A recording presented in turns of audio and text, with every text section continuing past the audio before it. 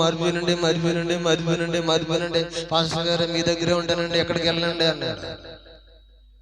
పట్టుకుని 1-2 గంటలు ప్రార్థన చేసిన తర్వాత, లేచి నడిచిన తర్వాత, జామ తాగిన తర్వాత, బాగుపడ్డ తర్వాత, ఇప్పుడు మీరు ఎవరో నాకు తెలియదు.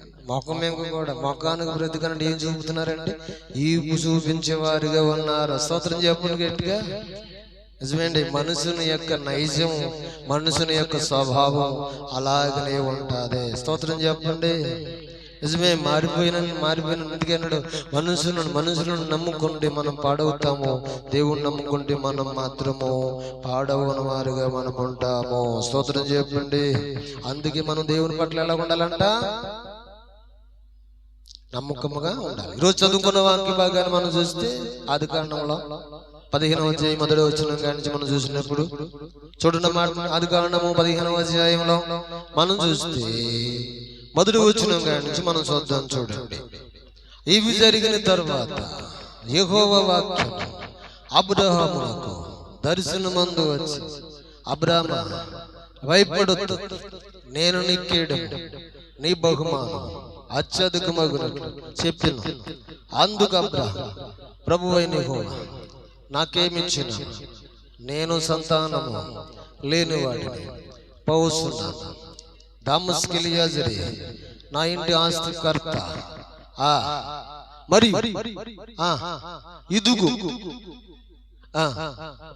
నా పరివారములో ఒకరిని నేను వారసుడుగా నేను చేసుకోబోతున్నానని చెబితే, యెహోవా వాక్యము అతని యొద్దకు మరలా ప్రత్యక్షమై అబ్రహాముతో మాట్లాడుతుందంట. ఇతడు నీకు వారసుడు కాడు, నీ గర్భవాసమున పుట్టిన వాడే నీకు వారసుడు అని చెప్పగా, హల్లెలూయా, నువ్వేమిస్తే నాకేంట్లే, గమనించి నేను సంతానం లేనివాడిగా ఉన్నానని చెప్పినప్పుడు దేవుడు అతను చేయి పట్టుకుని ఎలపలకు తీసుకొచ్చి ఆకాశం వైపు చూపించంటున్నాడంట. ఆకాశంలో ఉన్న నక్షత్రం లెక్కించగలవా అన్నాడంట. హల్లెలూయా, నిన్ను అలాగన ఆశీర్వదిస్తానని చెప్పి దేవుడు మాట్లాడినప్పుడు 6వ వచనంలో ఉంటది, అబ్రహాము దేవుని నమ్మెను, అది అతనికి నీతిగా ఎంచబడ్డను. స్తోత్రం చెప్పండి. మనల్ని పిలిచిన దేవుడు నమ్మదగినడు.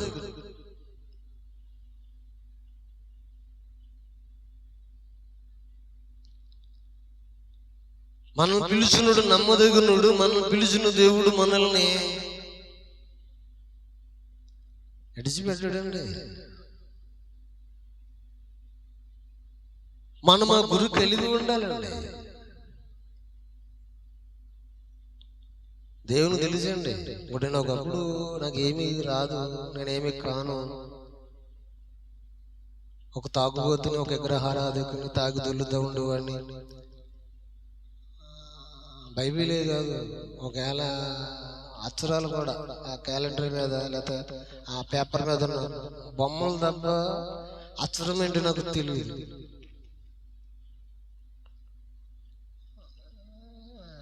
నేను ఊరికి ఇలా సిద్ధపడలేదు. నా దేవుడు నన్ను ఆ కొలువులో పెట్టి దాంట్లోంచి తీసి ఒక కొరవీలా నన్ను నిలబెట్టాడు. ఇలాగ నిలబెట్టిన దేవుడు నన్ను విడిచిపెడతాడని నేను ఎలాగనుకుంటాను?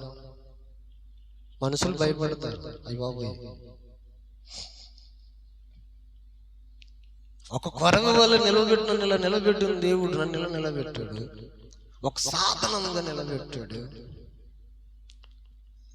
ఇంతవరకు తీసుకొచ్చి ఇలా నిలబెట్టిన దేవుడు ఇంకెలా విడిచిపెట్టేస్తాడు? మనం ఎందుకు భయపడాలి? హల్లెలూయా, మనం ఎందుకు భయపడాలి? ఆయన మనతో ఉన్నప్పుడు. అమ్మే, నిజమే కదా.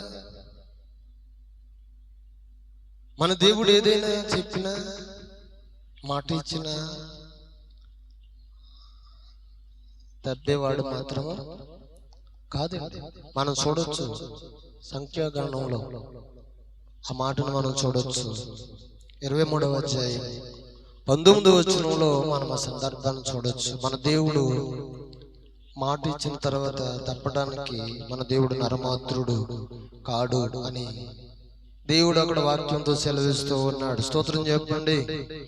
చూడండి ఆ మాట, సంఖ్యాకాండము 23వ అధ్యాయం 19వ వచనంలో మనం చూస్తే, దేవుడు అబద్ధమాడుటకు ఆయన మానవుడు కాడు, పశ్చాత్తాపడుటకు ఆయన నర పుత్రుడు కాడు. ఆయన చెప్పి చేయకుండా ఆయన మాట ఇచ్చి స్థాపించకోకుండా ఉంటాడా? స్తోత్రం చెప్పండి. నిజమే కదా, పర్వతాలు నాయన తొలగిన మెట్టలు తట్టరిల్లినంటే నా కృప నీకు నిన్ను తొలగిపోదు. స్తోత్రం చెప్పండి. ఆయన పాడాడు కదా, ఏమని? పర్వతాలు తొలగవచ్చు, పర్వతాలు తొలగవచ్చు, తట్టరిల్లి మెట్టలన్నీ వీడిపోదు, నా కృప నీకు. నా నిబంధన తొలగదు, దిగులు పడకు, భయపడకు, నిన్ను విమోచించెదా, నీదు భారమంత నొసగి నాదు శాంతినిచ్చెదా అని చెప్పి వాగ్దానం చేసిన యేసయ్య తల్లిలా లాలించెను, తండ్రిలా ప్రేమించెను. స్తోత్రం.